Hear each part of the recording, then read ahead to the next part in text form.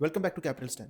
आज के technical analysis की सीरीज़ में हम एनालाइज करेंगे टेक्निकली पीएसओ को, जिसको हमने प्रीवियस वीडियो में भी एनालाइज किया था, जो कि कुछ टाइम पहले की हमने बनाई है। और वहाँ पे हमने देखा इसके हमें टारगेट्स अचीव होते हुए भी दिखाई दिए।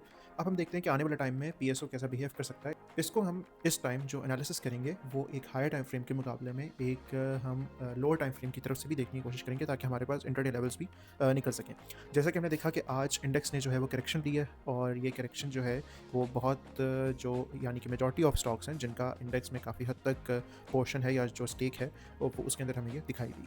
अगर हम पीएसओ की बात करें तो पीएसओ ने भी आज ऑन डेली चार्ट हम देख सकते हैं कि ऑलमोस्ट 2% की करेक्शन हमें देखने को मिली। क्लोजिंग इसकी हुई 1.93% की करेक्शन के साथ, जिसके अंदर इसने 9.40 जो रुपये हैं वो इसने शेड किए अपने शेयर प्राइस में से। अगर हम देखें तो सबसे पहले हम बात कर लेते हैं ऐसे कौन से एरियाज है जिनको ये स्टॉक रेजिस्ट कर रहा है अगेन एंड अगेन और क्रॉस नहीं कर पा रहा। सबसे पहले देखें तो हमारे पास इसका जो हाई एस्टैब्लिश हुआ था इट वाज अराउंड 494 रुपीज़। 494 का हाई एस्टैब्लिश करने के बाद अगर हम देखते हैं मार्केट अगेन एंड अगेन इसी सेम जोन से हमारे पास एक रेजिस्टेंस दिखाई दे रही है। इसी तरह अगर हम देखें तो हमारे पास यहाँ पे एक डबल टॉप का पैटर्न भी बनता है, और डबल टॉप के पैटर्न के साथ हम ये देख सकते हैं कि मार्केट में हमें करेक्शन देखने को मिली। जो प्रीवियस हमारे पास एक एरिया था रेजिस्टेंस का, मार्केट ने वहाँ पे जो है अपनी सपोर्ट को बरकरार रखा, और सपोर्ट को बरकरार रखने के बाद जिसको हम ट्रेंड लाइन सपोर्ट भी कह सकते हैं, यहाँ से ग्रेजुअली अपसाइड मूवमेंट शो की। अगर हम इस एरिया की मूवमेंट की बात करें, मीन्स जिसको हमने हाईलाइट किया हुआ है जो कि 450 का जोन है, ये एक शेलो सपोर्ट या एक शेलो जो रेजिस्टेंस है वो स्टॉक के लिए साबित हो रहा है over the period of time. उसकी रीज़न क्या है? उसकी रीज़न हम देख सकते हैं कि जब भी स्टॉक ने इसको फर्स्ट टाइम यहाँ पे इंपॉर्टेंस दी, लेकिन एक ब्रेक आउट के साथ, मतलब कि गैप अप ओपनिंग के साथ इसकी रीटेस्टिंग में मार्केट अपसाइड पे आई। सेकंड टाइम जब मार्केट ने इसको टेस्ट करने की कोशिश की तो इसने बिल्कुल भी रेजिस्टेंस या सपोर्ट हमें शो नहीं की, और मार्केट डायरेक्टली यहाँ से ड्रॉप डाउन होती हुई अपनी नेक्स्ट सपोर्ट लेवल पे जो कि 429 की बनती है, वहाँ से उसने सपोर्ट हासिल की। अपसाइड पे अगर हम देखें, यहाँ पे अगेन हमें इसकी एक इंपॉर्टेंस दिखाई देती है एज अ रेजिस्टेंस। मार्केट ने यहाँ पे डबल बॉटम का पैटर्न बनाया। डबल बॉटम के पैटर्न बनाने के बाद मार्केट ने इसी लेवल से अपसाइड की तरफ मूवमेंट शो की। अगेन इस लेवल को एज अ रेजिस्टेंस उसने अचीव नहीं किया, या उसने इसको वैसे तौर पे एक्ट नहीं किया, तो ये हमारे लिए एक शेलो सपोर्ट या एक शेलो रेजिस्टेंस के तौर पे काम कर रहा है, ये वाला एरिया। उसके बाद मार्केट ने यहाँ पे इसको दोबारा एक इंपॉर्टेंस दी एज अ सपोर्ट जो कि 450 का लेवल है, और यहाँ से अगेन हमारे पास अपसाइड की मूवमेंट शो की टिल 494, जो कि इसका प्रीवियस हाई है। मीन्स हमारे पास जो इस वक्त इंपॉर्टेंट एरियाज आते हैं वो हमारे पास एक तो आता है 450 का। अगर हम इसको आने वाले टाइम में देखते भी हैं तो उसकी रीज़न ये कि यहाँ पे हमारे पास जो मूविंग एवरेज है उसकी भी सपोर्ट इसके साथ अलाइन होती हुई दिखाई दे रही है। इसी तरह अगर हम आने वाले टाइम में देखें जो कि ट्रेंड लाइन है, तो ट्रेंड लाइन पे भी हमारे पास जो है एक हमें सपोर्ट बनती हुई दिखाई दे सकती है, लेकिन हम उसको ज़्यादा स्ट्रांगली कंसिडर नहीं कर सकते, जस्ट बिकॉज कि अगर हमारे पास हम प्रीवियस मूवमेंट की बिना पे देखते हैं तो 440 से लेके 460 का लेवल जो कि 450 का लेवल है, इसके अलावा 480 से लेके 494 का लेवल हमारे लिए एक ऐसी रेंज हमें डिस्प्ले करके दे रहे हैं जिसके अंदर स्टॉक काफ़ी टाइम से मूव कर रहे हैं।